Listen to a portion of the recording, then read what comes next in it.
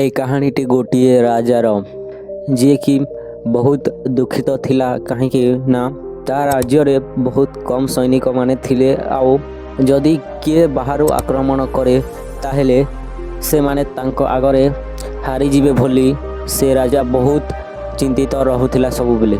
ତ ଥରେ ସେ ରାଜା ଜଙ୍ଗଲରୁ ଯାଉଥିଲା ଆଉ ଦେଖିଲା ଯେ ଗୋଟିଏ ସାଧୁ ସନ୍ଥ ସେଠାରେ ବସିଛନ୍ତି, ଆଉ ଗାଁର ସମସ୍ତ ଲୋକମାନେ ନିଜ ସମସ୍ୟାର ସମାଧାନ ତାଙ୍କ ପାଖରେ ହିଁ କରି ଆସନ୍ତି। ତ ରାଜାଟି ତାଙ୍କ ପାଖକୁ ଗଲା ଆଉ କହିଲା ଯେ ମୋର ଏହା ଭୟ ଅଛି ଯେ ଆମ ରାଜ୍ୟରେ କମ୍ ସୈନିକ ଥିବାରୁ ଯଦି କିଏ ବାହାରୁ ଆକ୍ରମଣ କରିଦିଏ ତାହେଲେ ଆମେ କେମିତି ନିଜକୁ ରକ୍ଷା କରିବୁ, ସେଇଟା ମୁଁ ସବୁବେଳେ ଭାବୁଥାଏ ଆଉ ବହୁତ ଚିନ୍ତିତ ଥାଏ। ତମେ ମୋତେ ଗୋଟିଏ ଏମିତି ଜିନିଷ ଦେଇଦିଅ ଯେ ତାହା ମୋତେ ସେ ବିପଦରୁ ସବୁବେଳେ ରକ୍ଷା କରିବ। ତ ସେ ସାଧୁଟି କହିଲେ, ମୁଁ ତୁମକୁ ଏମିତି ଜିନିଷ ତ ଦେଇପାରିବିନି ଯେ ତାହା ତୁମକୁ ବିପଦରୁ ରକ୍ଷା କରିବ, କିନ୍ତୁ ଗୋଟିଏ ଏମିତି ଜିନିଷ ଦେଇପାରିବି ସେ ବିପଦକୁ ସାମ୍ନା କରିବା ପାଇଁ ସାହାଯ୍ୟ କରିବ। ଆଉ ସେ ଗୋଟିଏ ପେପରଟି ସେ ରାଜାଙ୍କୁ ଦେଲେ ଆଉ କହିଲେ ଯେ ଏହା ତୁମେ ସେତେବେଳେ ଖୋଲିବ ଯେତେବେଳେ ତୁମର ଚାରିପଟୁ ରାସ୍ତା ବନ୍ଦ ହୋଇଯାଇଥିବ ଆଉ ତୁମକୁ କିଛି ରାସ୍ତା ଦେଖାଯାଉନଥିବ, ସେତେବେଳେ ତୁମେ ଏଇଟା ଖୋଲିବ। ତ ତାହା ନେଇକି ରାଜା ତାଙ୍କ ରାଜ୍ୟକୁ ଚାଲିଗଲା ଆଉ କିଛି ଦିନ ପରେ ରାଜାଙ୍କ ରାଜ୍ୟରେ ଆକ୍ରମଣ ହୋଇଗଲା।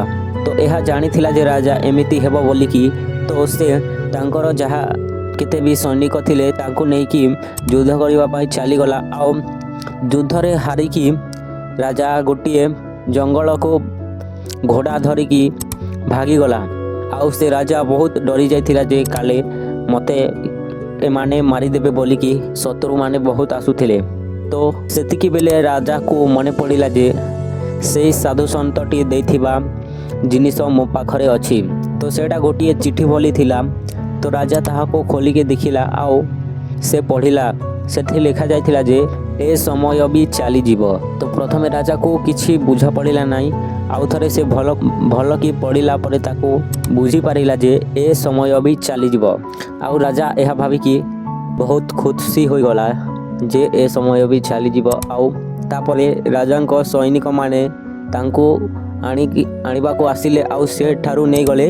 ଆଉ ଅନ୍ୟ ଏକ ଜାଗାରେ ରାଜା ସାମ୍ରାଜ୍ୟ କଲା ଆଉ ଖୁସିରେ ରହିଲା ଏବଂ ଜୀବନରେ କେବେ ବି କେତେ ବଡ଼ ବି ବିପଦ ଆସୁନା କାହିଁକି ରାଜା ଡରିଲା ନାହିଁ। ତ ସମାନ ସେହିପରି ଆମ ଜୀବନରେ ମଧ୍ୟ ସେମିତି ହୋଇଥାଏ ଯେ ଆମେ ବେଳେବେଳେ ବହୁତ ଦୁଃଖିତ ହୋଇଯାଉ, ବହୁତ ଡରିଯାଉ ଯେ ଗୋଟିଏ ବିପଦ ଆସିଗଲେ କିମ୍ବା ଖରାପ ସମୟ ଆସିଗଲେ ବହୁତ ଚିନ୍ତିତ ହୋଇପଡ଼ୁ। ତ କହିବାକୁ ଗଲେ ତ ଏଇଟା ବହୁତ ଛୋଟିଆ କଥା ଯେ ଏ ସମୟ ବି ଚାଲିଯିବ, କିନ୍ତୁ ଏହା ପଛରେ ବହୁତ ବଡ଼ ଖୁସିର କାରଣ ରହିଅଛି। କାହିଁକି ନା ଆମ ଜୀବନରେ କେବେ ମଧ୍ୟ ଗୋଟିଏ ସମୟ ଥାଏ ନାହିଁ, ସେଇଟା ଭଲ ହଉ ବା ଖରାପ ସମୟ। ତ ଯେତେବେଳେ ତୁମ ଭଲ ସମୟ ଚାଲିଛି ତ ଭଗବାନଙ୍କୁ ଧନ୍ୟବାଦ କହ, ଆଉ ଯେତେବେଳେ ତୁମ ଖରାପ ସମୟ ଚାଲିଛି ତ ଭାବୁଥାଅ ଯେ ଏ ସମୟ ବି ଚାଲିଯିବ ଆଉ ଜୀବନରେ ଆଗକୁ ବଢ଼ି ଚାଲ।